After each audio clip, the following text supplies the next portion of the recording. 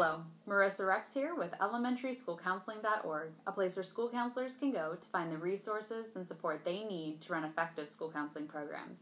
Today we'll be talking about the Color Quiz, which is a survey that I developed to help my students better understand their interests, their personalities, and some potential future career choices for them. The Color Quiz is based on the Myers-Briggs Personality Type Indicator. This survey that I developed is not as valid or reliable, of course, but it's a quick screener to help my students understand their personalities better. So, I divided the survey into 4 parts, and based on each part, they are given a letter, and that letter comprises a 4-letter code that gives a pretty detailed description of their personality and their interests. Now, what I do is I go into classrooms in 5th and 6th grade, and we do this together. We start by talking about the different types of personalities that are out there. And then we kind of brainstorm, well, if we have all these different personalities, how might that affect our classroom environment? And it's pretty interesting when you think about it. It gets more interesting once they actually see the variations in a much more visual way after we're done with the survey. But it's an interesting conversation to have of if you have people who, for example, think more with facts, they're going to respond differently to situations than those who may think more with their feelings. And I think having that discussion is really important. But also, I wanted to use this to help talk about careers. And I touched on that a little bit when I talked about the Career Cafe and talked about the different ways that I organize that. But here's the actual survey that I used that I mentioned in that podcast. So, what I do is we go part by part. I read each question to the students so that they hear it while they're reading and make sure that there's no discrepancy between students who may not be very fluent readers. And I also help explain what some of these things mean because it can get kind of confusing. So I'm going to give you an example. So we'll start with part 1. And the question is, when I spend time with my friends, I talk more than I listen or listen more than I talk. And so the way I describe it is you need to check a box and you can only pick one. You may have a little bit of both, but what do you think you are the most like? And then they check the box. Then we go to another one. The next one. When I make a decision, I act first, then think about it, or think about it first, then act. And they have to choose. So we go through all 5 of those questions. Then I have them total the number of E's that they have and the number of I's that they have. So the E's are on this side, the I's are on that side. And then the winning letter is right on the line. Then we go into part 2, part 3, and part 4. Then what I do is I give them this sheet, which has lines where they know where to write their letter for part 1, 2, 3, and 4. And based on that 4-letter code, they are assigned a specific title underneath a color, which gets kind of confusing. But the colors kind of group the personality types based on similarities. So we have the red, which is the artist category.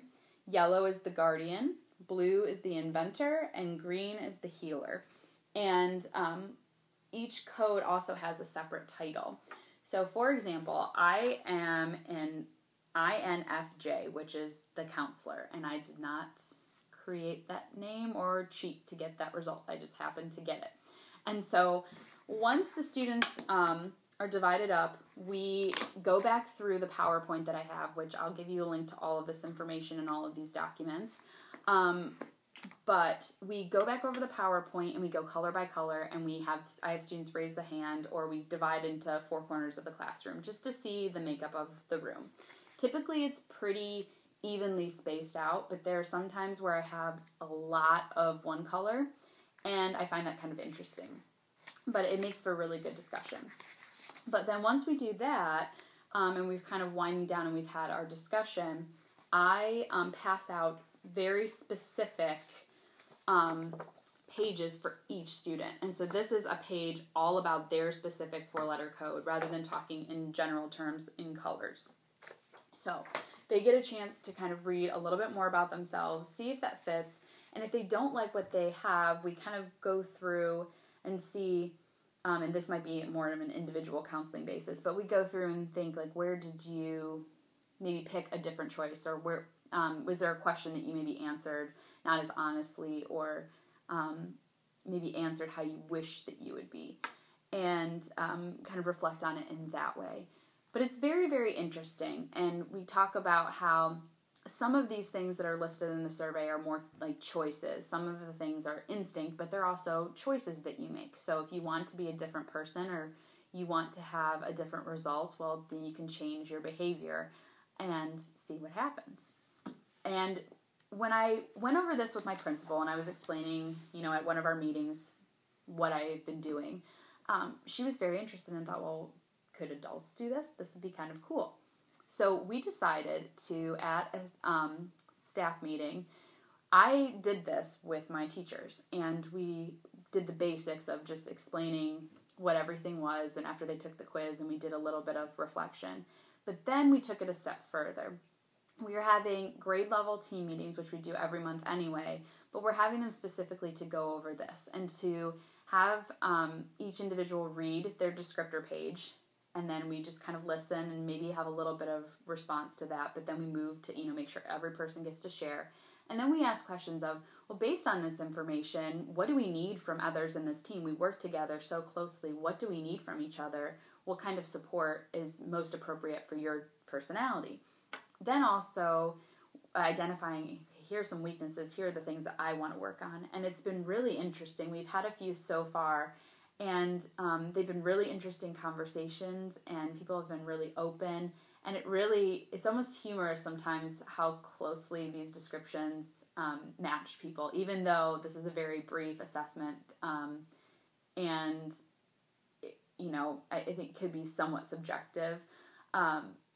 But it's still pretty close to who they are. And so it's been very eye-opening. So I just wanted to share with you how I've been using this in both, I guess, the student realm, but then also with my peers, my colleagues, and how it's been pretty helpful. And it's a fun thing. Everybody gets pretty interested in learning about themselves and learning about the people around them. And I just think it's been really great.